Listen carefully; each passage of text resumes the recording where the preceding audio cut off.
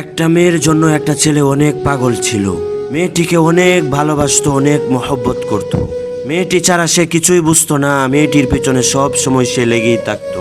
মেয়েটিকে সব সময় সে নজরে রাখতো। মেয়েটি কি করছে না করছে সব সময় সে চোখের পলকে রাখতো। মেয়েটিকে প্রতিদিন ফলো করতো আর স্কুলের দিকে যেত। এভাবে কাটছিল 3টা বছর। ছেলেটি অনেকবার মেয়েটিকে বোঝাতে চেয়েছিল যে আমি তোমাকে অনেক বেশি ভালোবাসি, আমি তোমাকে ছাড়া থাকতে পারছি না, দিনের পর দিন তোমার কথাই আমার মনে পড়ছে। রাতে ঘুমাতে তোমাকে স্বপ্ন দেখি, যখনই খাবার খেতে বসি তখন তোমার চেহারা আমার চোখের সামনে ভেসে ওঠে। আমি নামাজ পড়তে পারছি না, আমি পড়ালেখা করতে পারছি না, সব সময় শুধু তোমার চেহারাই আমার চোখের সামনে ভেসে ওঠে। মেয়েটিকে অনেকবার ছেলেটি বোঝাতে চেয়েছিল, কিন্তু মেয়েটি কোনোভাবেই বুঝতে চায়নি। মেয়েটির একটা কথাই, আমার ফ্যামিলি যেখানে বিবাহ দিবে আমি সেখানেই বিবাহ করব। মেয়েটি তার বাবাকে খুব ভয় পেত, তার মাকে খুব ভয় পেত, তার একটা বড় ভাই ছিল তাকেও খুব ভয় পেত। ছেলেটি কোনোভাবেই বুঝতো না আর বলতো যে তোমার ভাই, তোমার মা, বোন সবাইকে আমি রাজি করব, তুমি শুধু একবার বলো হ্যাঁ। পরিশেষে মেয়েটি কোনোভাবেই বুঝতে চায়নি। মেয়েটি শুধু একটা কথাই বলে, আমার মা বাবা যেখানে আমাকে বিবাহ দিবে আমি সেখানেই বিবাহ করব। মেয়েটি কোনোভাবেই হ্যাঁ বলল না।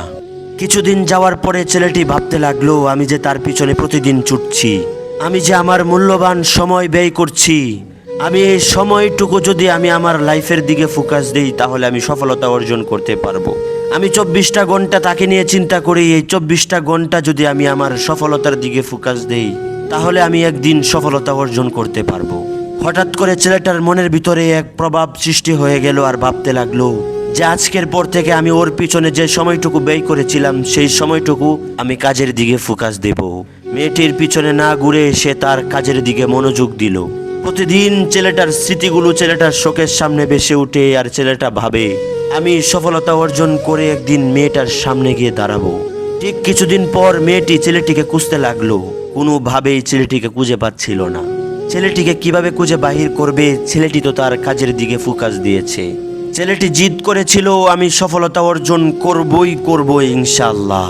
তার নিয়তটা ছিল এমন শক্ত আর এমন মজবুত যে সফলতা তার দিকে আসবেই আসবে। তার এই ইমানি শক্তি আর ইমানি নিয়তের কারণে সে একদিন ঠিকই সফলতা অর্জন করেছে। সে এমনভাবে নিজেকে প্রতিষ্ঠিত করেছে আর সফলতা অর্জন করেছে। মেয়েটি তার বাবার কাছে গিয়ে বলল, বাবা, ওরে ছাড়া আমি থাকতে পারবো না। বাবা, ও আমার পিছনে অনেক ঘুরেছে কিন্তু আমি পাত্তা দেইনি। আমি পাত্তা না দেওয়ার কারণে ও জিদ করেছে, জিদের কারণে আজকে সে সফলতা অর্জন করতে পেরেছে। সমস্ত ঘটনা যখন তার বাবার কাছে খুলে বলল, তার বাবা বলল ঠিক আছে আমি প্রস্তাব নিয়ে যাব। পরিশেষে মেয়ের বাবা ছেলের কাছে প্রস্তাব নিয়ে গেল। কি বুঝলেন ভাই এই ঘটনা থেকে? স্পষ্টভাবে বোঝা যাচ্ছে যদি আপনি সফল হতে পারেন পুরো দুনিয়া আপনার পায়ের নিচে চলে আসবে। সফল না হয়ে আপনি যতই ছোটাছুটি করেন না কেন কেউ আপনাকে কোনো পাত্তা দিবে না।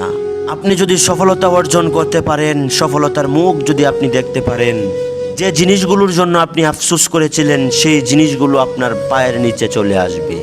এই জন্যই বলি ভাই, সময়ের মূল্য দেন, সময়কে কদর করেন, সফলতা আপনাকে খুঁজবে ইনশাআল্লাহ।